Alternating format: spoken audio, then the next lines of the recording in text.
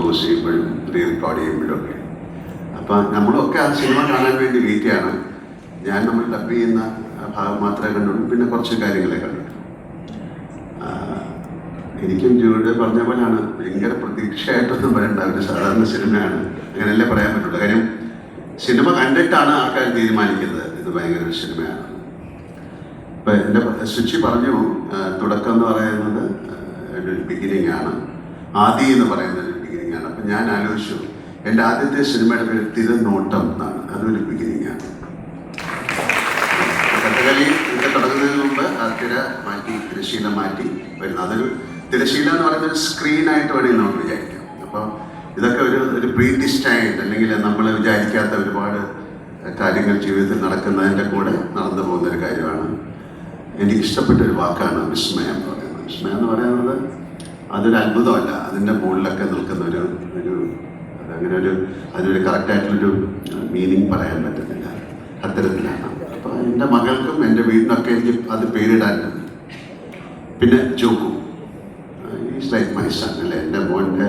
അപ്പം എൻ്റെ മോൻ്റെ എൻ്റെ മകളുടെയും സിനിമയിൽ അങ്ങനെ തന്നെ ഞാൻ പറയാം, പൂന്നുള്ള രീതിയിലല്ല പറഞ്ഞത്. അപ്പം എൻ്റെ ഒരു മകളുടെയും സിനിമയിൽ അതിൻ്റെ ഇടയിൽ നിൽക്കുന്ന ഒരു ഭാഗ്യം കിട്ടുക എന്ന് പറയുന്നത് ഭയങ്കര സന്തോഷം.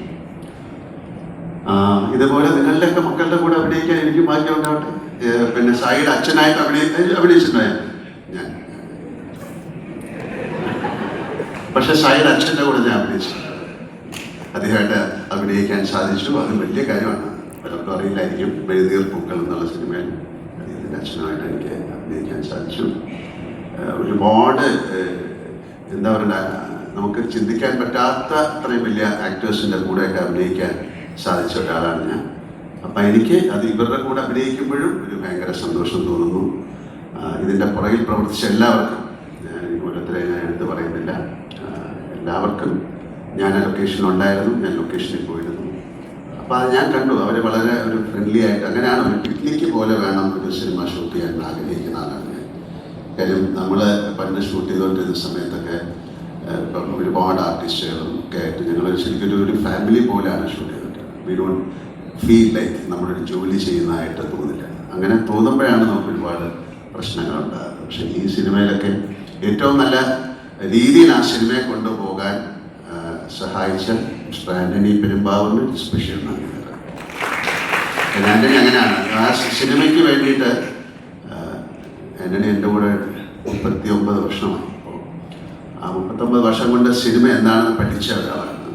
അപ്പോൾ ആ സിനിമയ്ക്ക് വേണ്ടി ആൻ്റണി എല്ലാ കാര്യങ്ങളും ചെയ്യും, എല്ലാവരെയും കംഫർട്ടബിൾ ആക്കാൻ നോക്കും. അതൊക്കെ ആ സിനിമയ്ക്ക് ഒരുപാട് ഗുണം ചെയ്യും. എനിക്ക് തോന്നുന്നു ആൻ്റണിയുടെ കൂടെ വർക്ക് ചെയ്ത ആൾക്കാർക്കാർക്കും ഇങ്ങനെ ആൻ്റണിയോട് ദേഷ്യം തോന്നാൻ ഒരു കാരണമില്ല. അങ്ങനെ ദേഷ്യം തോന്നിയാലും ആൻ്റണിക്ക് ഒരു പ്രശ്നമില്ലെന്നാണ് ഞാൻ മനസ്സിലാക്കിയിട്ടുള്ളത്.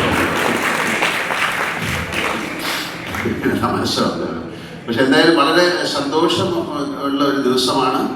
നമുക്ക് എല്ലാവർക്കും അതിൻ്റെ ഒരു ട്രെയിലർ കാണാം, ഒരു പ്രാവശ്യമോ 2 പ്രാവശ്യമോ കാണാം. വൺസ് അഗൈൻ എല്ലാവർക്കും ഉണ്ണികൃഷ്ണൻ പറഞ്ഞത് പലർക്കും മനസ്സിലായി കാണുമെന്ന് എനിക്ക് തോന്നുന്നില്ല. ഉണ്ണികൃഷ്ണൻ അതിൻ്റെ ഇടയിൽ കൂടെ പറഞ്ഞത്, ഉണ്ണികൃഷ്ണൻ എൻ്റെ അമ്മൂമ്മയുടെ ബ്രദറിൻ്റെ മകനാണ്.